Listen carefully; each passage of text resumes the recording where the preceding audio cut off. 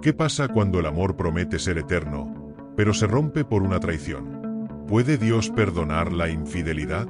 ¿Qué dice la Biblia sobre el adulterio? ¿Y qué piensa la Iglesia Católica ante este drama tan humano y tan doloroso? En un mundo que celebra el deseo instantáneo y banaliza la fidelidad, las caídas en el matrimonio son más frecuentes que nunca. Pero detrás de cada infidelidad hay heridas, historias, silencios y también una esperanza, la de un amor que puede ser sanado y transformado por la gracia de Dios.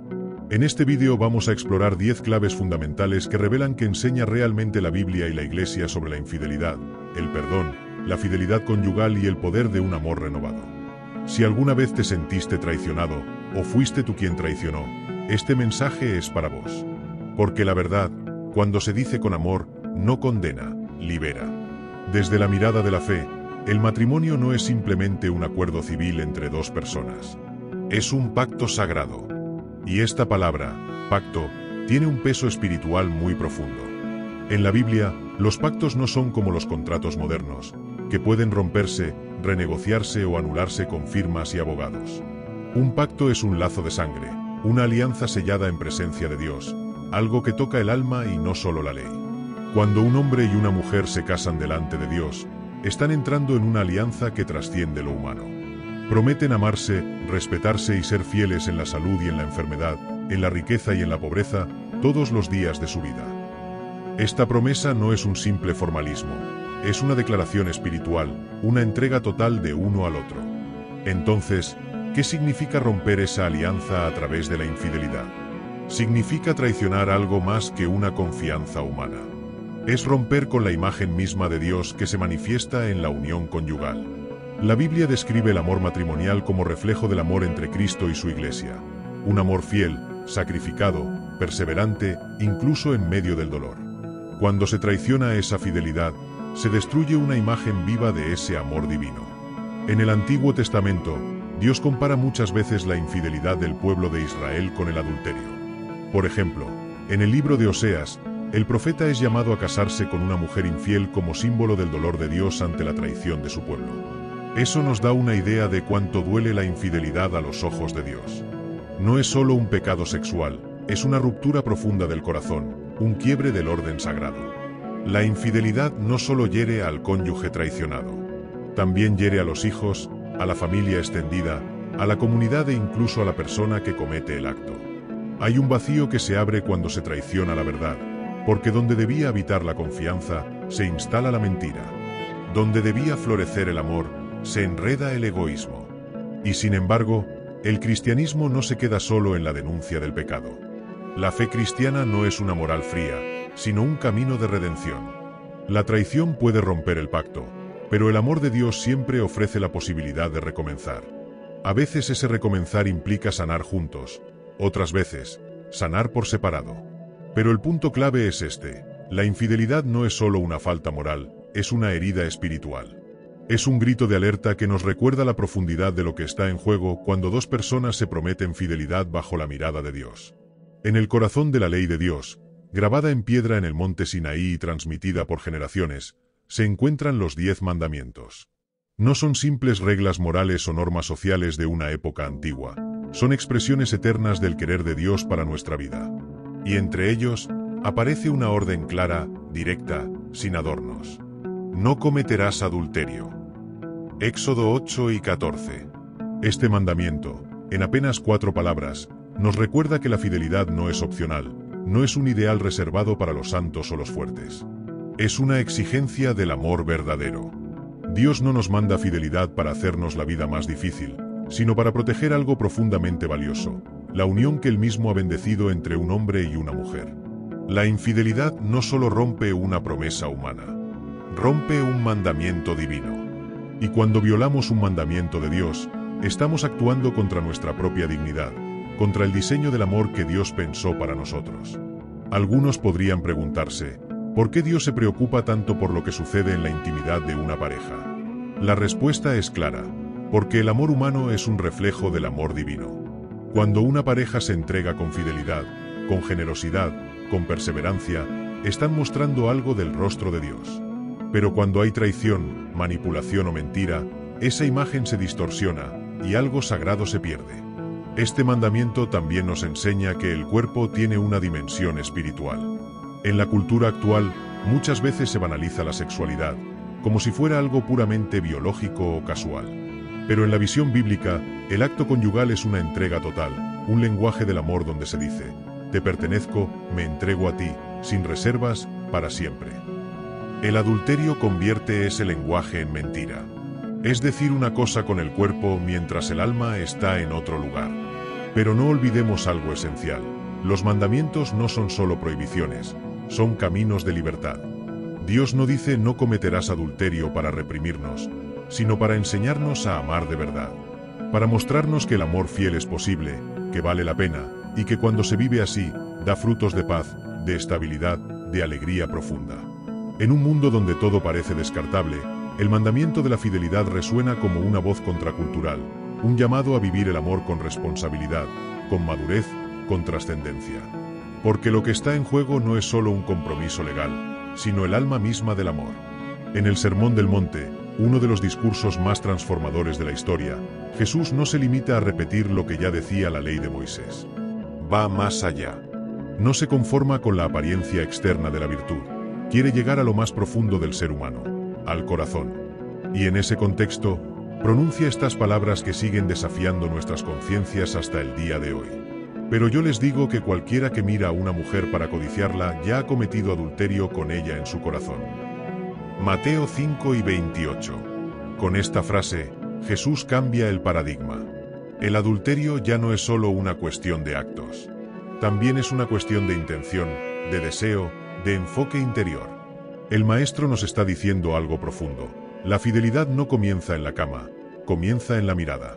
Esta enseñanza puede parecer dura, incluso imposible, en un mundo donde se nos invita constantemente a desear lo ajeno, a cosificar a las personas, a reducir el amor a una simple atracción física. Pero Jesús no nos lanza esta exigencia para condenarnos, sino para liberarnos. Para mostrarnos que la verdadera pureza no se trata de reprimir, sino de transformar la mirada. Cuando una persona es capaz de ver al otro no como objeto de deseo, sino como hermano, como hijo de Dios, como alma inmortal, entonces se produce una revolución interior. Y esa es la fidelidad verdadera, no solo la de quien se abstiene de traicionar físicamente, sino la de quien ha aprendido a amar con limpieza de corazón. Jesús está interesado en el corazón porque sabe que es allí donde nacen nuestras decisiones, nuestros pensamientos, nuestras pasiones. Como dijo en otra ocasión, del corazón salen los malos pensamientos, los homicidios, los adulterios. Mateo 3:19. Por eso no basta con no hacer el mal. Hay que erradicar su raíz. La fidelidad, desde la mirada de Cristo, es una actitud permanente del alma. No es solo evitar errores, sino cultivar una forma de vivir donde el amor no se contamina con el egoísmo, con la mentira, con la doble vida. Y aquí hay un consuelo profundo. Dios ve el corazón. Tal vez hay personas que han vivido fidelidades silenciosas, renuncias invisibles, miradas puras que nadie aplaude, sacrificios por amor que no se celebran en público. Jesús los ve. Él sabe quién ha sido fiel incluso en la soledad, en la prueba, en la lucha interior. Por eso, la enseñanza de Jesús no es solo una advertencia, es también una esperanza. Si el adulterio puede comenzar en el corazón, entonces también la fidelidad puede nacer allí. Aún antes del compromiso formal, aún antes del matrimonio, ya se puede ser fiel. Fiel en la forma de mirar, de pensar, de amar. Porque allí donde está el corazón, está también el tesoro. Vivimos en una cultura que tiende a relativizarlo todo. Lo que ayer era un escándalo, hoy es una moda. Lo que antes se llamaba pecado, hoy se presenta como una elección personal o incluso una etapa de descubrimiento. Sin embargo, la palabra de Dios no cambia con las modas. Y uno de los pecados que la Biblia denuncia con especial gravedad es el adulterio. En el libro de los Proverbios se dice: el que comete adulterio carece de juicio, el que lo hace se destruye a sí mismo. Proverbios 6:32. Este versículo no habla simplemente de consecuencias externas, no menciona juicios, divorcios o escándalos sociales. Habla de algo más profundo, de autodestrucción espiritual. El adulterio no solo hiere al otro, hiere el alma propia, hiere la relación con Dios, rompe algo dentro de uno mismo. ¿Por qué es tan grave? Porque cuando una persona traiciona la alianza de fidelidad, no solo está quebrando un compromiso humano, está debilitando su capacidad de amar, de entregarse, de sostener la palabra dada. El alma se fragmenta, y aunque el cuerpo busque placer o escape, el espíritu carga con una sombra de dolor, de culpa, de vacío. Esto no es condena, es realidad espiritual. Y lo vemos en la vida real. Muchas personas que han cometido una infidelidad experimentan una tristeza que no se borra fácilmente. A veces se intenta justificar, minimizar o racionalizar, pero el alma lo sabe. Sabe que ha caído en una mentira. Sabe que algo se ha roto por dentro. La infidelidad daña la confianza, que es uno de los vínculos más delicados y sagrados que pueden existir entre dos personas. Una vez que se pierde la confianza, recuperarla lleva tiempo, lágrimas y un trabajo profundo de sanación. Y muchas veces, aunque se logre perdonar, las cicatrices quedan. Pero las consecuencias espirituales no se limitan solo al alma individual. También afectan la relación con Dios. El adulterio, como todo pecado grave, oscurece la gracia, enfría el corazón, endurece la conciencia. Nos aleja de la fuente del amor verdadero. Por eso la Iglesia enseña que el adulterio, si se comete con plena conciencia y libertad, es un pecado mortal, es decir, un acto que rompe la amistad con Dios. Pero aquí es donde entra la buena noticia del Evangelio. Ninguna herida es más grande que la misericordia de Dios. El adulterio puede tener consecuencias espirituales profundas, sí, pero también puede ser ocasión de un arrepentimiento radical, de un retorno a Dios más sincero, de una transformación interior real. Dios no desprecia al pecador arrepentido. No lo deja caído. Al contrario, sale a su encuentro, lo busca, le ofrece una nueva oportunidad. Lo vemos en tantas historias bíblicas. En David, que cometió adulterio y asesinato, pero luego escribió los salmos más conmovedores de arrepentimiento. Lo vemos en la mujer adúltera, perdonada por Jesús. Lo vemos en nosotros, cada vez que caemos y Dios nos levanta. Por eso, si bien el adulterio tiene consecuencias espirituales profundas, también puede abrir la puerta a una sanación profunda, si hay humildad, confesión y conversión sincera. Porque donde abundó el pecado, sobreabundó la gracia. Hasta ahora hemos hablado del pecado, de la traición, del dolor que deja la infidelidad. Pero el mensaje cristiano no se detiene en la culpa. No se queda en el reproche. El núcleo del Evangelio es la misericordia. Y uno de los episodios más bellos y conmovedores donde esa misericordia se manifiesta es el encuentro entre Jesús y la mujer adúltera, narrado en el Evangelio de Juan, capítulo 8. Los escribas y fariseos llevan a esta mujer sorprendida en adulterio y la colocan delante de Jesús. Le recuerdan la ley. Moisés nos mandó apedrear a las mujeres así. ¿Tú qué dices? Juan 8, 5. Era una trampa. Si Jesús la perdonaba, se acusaría de ir contra la ley. Si la condenaba, se oponía a su mensaje de misericordia. Pero Jesús, en lugar de responder directamente, se inclina y escribe en el suelo. Luego dice la frase que ha resonado durante siglos. El que esté libre de pecado, que tire la primera piedra. Y uno por uno, todos se van. Nadie queda para acusarla. Solo Jesús permanece, y le dice: Mujer, ¿dónde están los que te acusaban? Ninguno te condenó. Yo tampoco te condeno. Vete, y no peques más. Juan 8, 10-11. Este momento contiene el equilibrio perfecto entre justicia y misericordia. Jesús no niega el pecado. No le dice que lo que hizo está bien. Pero tampoco la destruye con su juicio. Le ofrece lo que todos necesitamos: una nueva oportunidad. Este relato nos enseña que no hay pecado que Dios no pueda perdonar, si hay arrepentimiento sincero. El adulterio no es un callejón sin salida. No es una marca permanente. Es una herida, pero Dios es el médico del alma. Es capaz de restaurar lo que parecía destruido. Y este perdón no es automático ni superficial. Implica una conversión real. Jesús le dice: no peques más. Es decir, cambia de vida. No vuelvas al camino que te llevó al vacío. Esa es la clave. El perdón de Dios no es licencia para pecar, sino fuerza para comenzar de nuevo. La Iglesia, como madre, recoge esta enseñanza del Evangelio. A través del sacramento de la reconciliación, ofrece el perdón de Dios a todos los que, arrepentidos, confiesan su pecado con sinceridad. Y no importa cuántas veces uno haya caído, siempre se puede volver.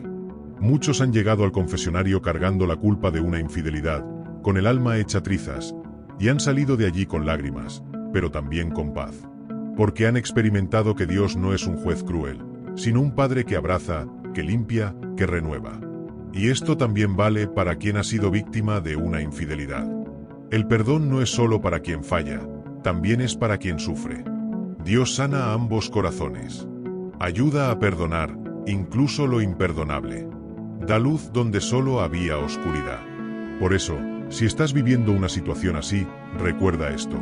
El pecado nunca tiene la última palabra. La última palabra es el perdón de Dios.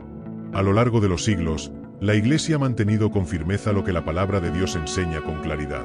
El adulterio es un pecado grave. No lo hace por rigidez ni por condena, sino porque reconoce el inmenso valor del amor conyugal y sabe que traicionarlo no es solo una falta ética, es una herida profunda al alma, al otro y a Dios. El Catecismo de la Iglesia Católica, en el número 2380, lo expresa así. El adulterio es la infidelidad conyugal. Comete adulterio el que, estando casado, mantiene relaciones sexuales con otra persona distinta de su cónyuge. Lesiona la alianza del matrimonio, traiciona los signos del contrato matrimonial, atenta contra la institución misma del matrimonio. Y luego, en el número 1856, nos recuerda que para que un pecado sea mortal, es decir, que rompe la comunión con Dios, deben cumplirse 3 condiciones. Que sea materia grave, y el adulterio lo es. Que se cometa con pleno conocimiento. Y con consentimiento deliberado. ¿Por qué tan grave? Porque el adulterio rompe algo que es sagrado. La fidelidad prometida en el altar, ante Dios y ante la comunidad. Destruye la confianza, daña a los hijos, a las familias, al cuerpo místico de la Iglesia, y corrompe la vocación al amor que todo ser humano lleva escrita en su corazón. En un tiempo donde muchas voces banalizan la infidelidad, presentándola como un error pasajero o incluso como una aventura revitalizante, la Iglesia nos recuerda que estamos hechos para un amor verdadero, no para una sucesión de vínculos rotos. El ser humano no fue creado para la traición, sino para la entrega. Y eso requiere compromiso, renuncia, madurez. La gravedad del adulterio también se manifiesta en que es contrario a la justicia y a la caridad. No es solo una falta íntima, sino social. Porque daña a personas concretas, deja cicatrices emocionales, crea desconfianza y a veces destruye familias enteras. Pero atención, que la Iglesia considere el adulterio un pecado grave no significa que excluya o condene sin esperanza. Al contrario, su rol como madre es el de llamar al pecado por su nombre, pero también abrir las puertas del perdón, de la restauración, del camino nuevo. El Papa Francisco ha sido muy claro en esto. En su exhortación Amoris Laetitia, la alegría del amor, reconoce que muchas personas han vivido situaciones dolorosas, a veces marcadas por infidelidades, separaciones o arrepentimientos tardíos. Pero insiste en que la Iglesia no es una aduana del perdón, sino un hospital de campaña. Un lugar donde los heridos por el pecado pueden encontrar sanación, consuelo y una dirección espiritual concreta. Porque lo que la Iglesia busca no es castigar al pecador, sino convertir el corazón, restaurar el amor y devolver la dignidad a quien la perdió. Esa es la misión, proclamar la verdad con caridad. Denunciar el pecado, sí, pero nunca sin ofrecer al mismo tiempo la medicina del Evangelio. En el plan de Dios, el matrimonio no es simplemente un acuerdo entre 2 personas. No es solo una convivencia o una formalidad religiosa. Es algo mucho más grande. Es un sacramento, un signo visible de una realidad invisible. El amor fiel, generoso y eterno que Dios tiene por su pueblo. San Pablo, en su carta a los Efesios, lo expresa con una fuerza impresionante. Maridos, amen a sus esposas como Cristo amó a la Iglesia y se entregó por ella. Efesios 5 y 25. Esta comparación no es poética, es teológica. El matrimonio cristiano es llamado a reflejar nada menos que el amor de Cristo por su Iglesia. Y ese amor, ¿cómo es? Fiel hasta el extremo, incondicional, permanente, capaz de cargar la cruz. Por eso, la fidelidad conyugal no es simplemente aguantar o cumplir con lo prometido.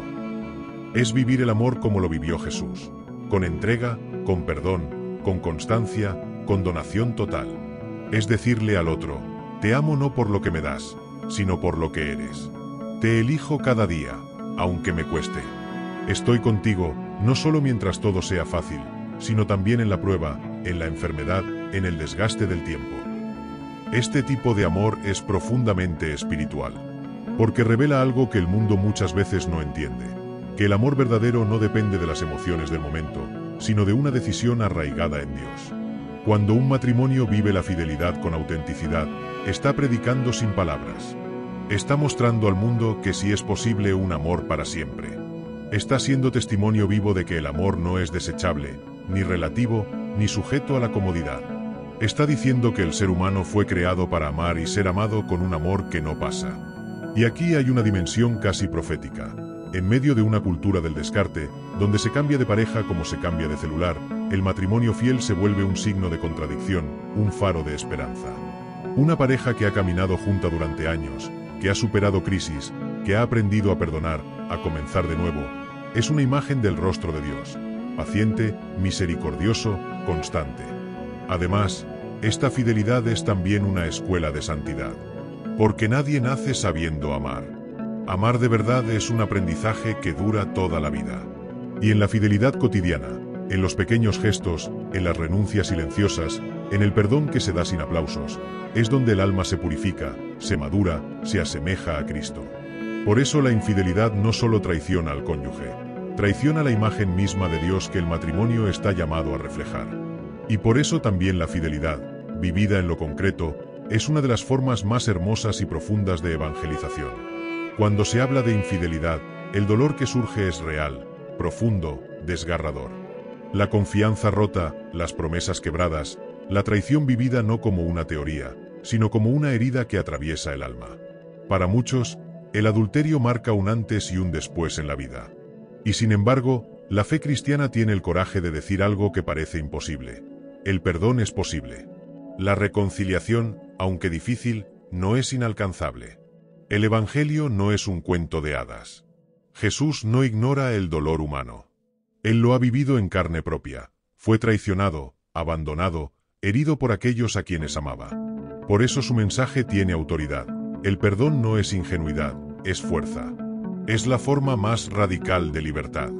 Cuando una persona perdona una infidelidad, no está diciendo que lo sucedido estuvo bien. No está borrando mágicamente el dolor. Está tomando una decisión poderosa, no dejarse definir por el resentimiento. No quedarse atado a la amargura. Romper la cadena del odio. Y eso, aunque no lo parezca, es una de las formas más puras del amor. El perdón no siempre implica que el vínculo se restaure automáticamente.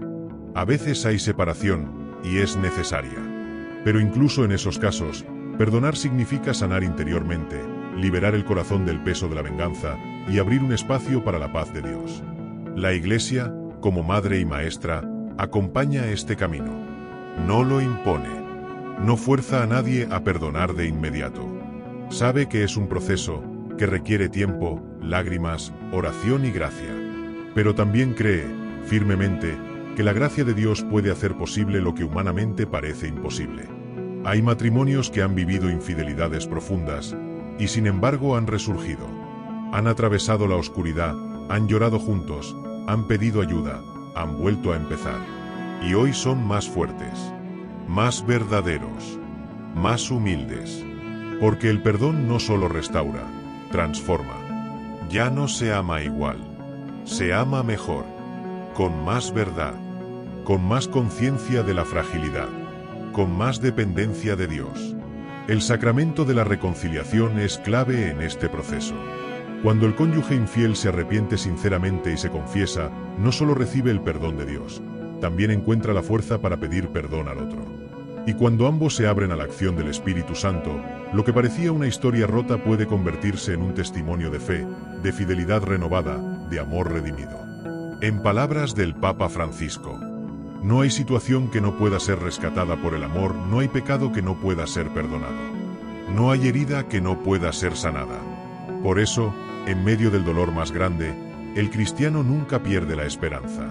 Porque si Dios perdona, nosotros también podemos hacerlo. Y si Dios renueva, también el amor humano, frágil, herido, cansado, puede volver a florecer. En un mundo marcado por la inmediatez, el descarte y el culto a lo superficial, hablar de fidelidad parece casi un acto de rebeldía. Vivimos en una sociedad que promueve el si te hace feliz, hazlo, sin importar las consecuencias.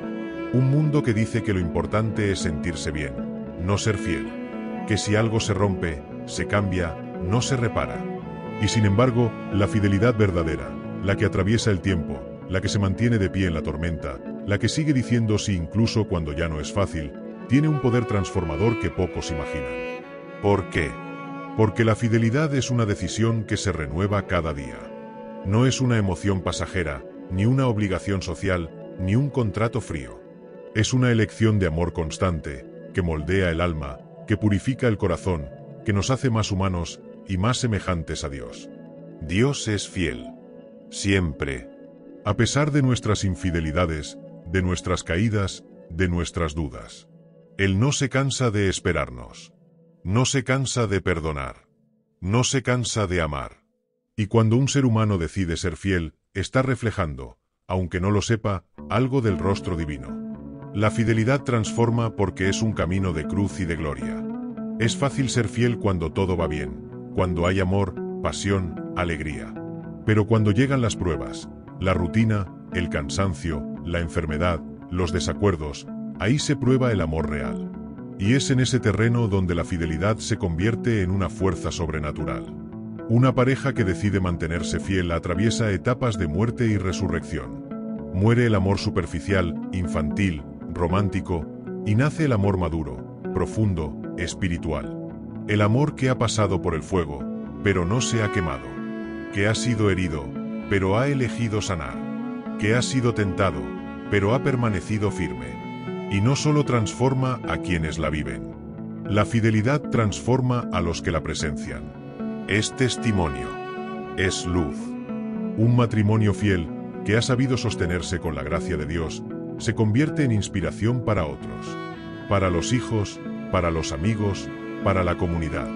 Porque encarna algo que muchos han dejado de creer posible. Un amor que dura, que resiste, que se fortalece con los años. Esta fidelidad no está exenta de luchas. No es perfecta. Comete errores. Pero siempre vuelve a elegir el amor. Siempre vuelve a decir estoy aquí. Siempre está dispuesta a perdonar, a comenzar de nuevo. Y eso es profundamente revolucionario.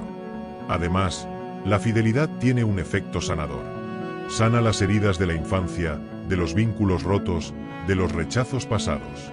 Porque cuando alguien sabe que el otro está ahí, pase lo que pase, algo se afirma dentro del alma. La certeza de que el amor verdadero existe y que yo soy digno de recibirlo. Es por eso que los santos, los matrimonios que vivieron con fidelidad hasta el final, y también los que cayeron y se levantaron, nos enseñan que la fidelidad no es una carga, sino un camino hacia la libertad interior. Porque quien es fiel no vive dominado por los impulsos, ni esclavo de sus deseos. Vive guiado por un amor superior, capaz de dar sentido a todo. Y en ese proceso, la fidelidad se vuelve fecunda. Da frutos. A veces hijos, otras veces comunidades, obras, ejemplos. Pero siempre da vida. Porque allí donde hay amor fiel, hay presencia de Dios. San Juan Pablo II decía: el amor no es solo un sentimiento. Es un acto de la voluntad que consiste en preferir, de manera constante, el bien del otro por sobre el propio. Eso es fidelidad. Eso es transformación. Después de hablar sobre el pecado de la infidelidad, sobre su gravedad, sobre el dolor que causa, y también sobre el poder del perdón y de la fidelidad, hay una palabra que se vuelve clave para entender el corazón del mensaje cristiano: conversión. La Iglesia no está para señalar con el dedo, ni para juzgar fríamente desde lo alto. Está para llamar con amor al camino del arrepentimiento, de la sanación y de la renovación interior. Porque la infidelidad, como cualquier pecado, no tiene la última palabra. La última palabra la tiene la gracia de Dios, que puede transformar cualquier historia, por rota que esté. Cuando la Iglesia llama a la conversión, no está diciendo simplemente, deja de pecar. Está diciendo algo más profundo. Vuelve al amor. Vuelve al origen. Vuelve a Dios. En Amoris Laetitia, el Papa Francisco habla del amor humano con una ternura y una profundidad que conmueve. Reconoce que muchas parejas viven situaciones complejas, errores del pasado, heridas sin sanar. Pero insiste en que nadie está fuera del alcance de la misericordia de Dios. Y que siempre, siempre es posible empezar de nuevo. El camino de la conversión no es una humillación, sino una elevación. No es un castigo, sino una oportunidad. No es un retroceso, sino un retorno a lo esencial, al amor verdadero. Convertirse no es simplemente arrepentirse de haber sido infiel. Es descubrir, a la luz de la fe, por qué fui infiel, qué faltaba en mi corazón, en mi relación con Dios, en mi historia personal. Es permitir que la luz del Espíritu Santo me muestre mis vacíos, mis egoísmos, mis miedos, no para condenarme, sino para liberarme. Y la renovación del amor comienza allí. Cuando un hombre o una mujer se encuentran con la mirada de Cristo, esa mirada que no juzga, pero sí transforma, algo cambia dentro. El amor propio herido comienza a sanarse. La capacidad de amar de forma sana, madura, fiel, vuelve a despertar. La Iglesia ofrece caminos concretos para esta renovación. El sacramento de la reconciliación, donde Dios nos perdona, nos limpia y nos devuelve la paz. La dirección espiritual, donde se discierne el camino personal de sanación. Los retiros, talleres y acompañamientos matrimoniales, donde muchos matrimonios redescubren el sentido de su unión y la belleza del amor comprometido. La oración en pareja, que a veces ha estado ausente durante años, y cuya simple práctica puede empezar a reconstruir lo que parecía perdido. También hay un llamado profundo a educar el corazón para amar de verdad, no según los modelos del mundo, superficiales, egocéntricos, desechables, sino según el Evangelio, con paciencia, con verdad, con entrega, con fe.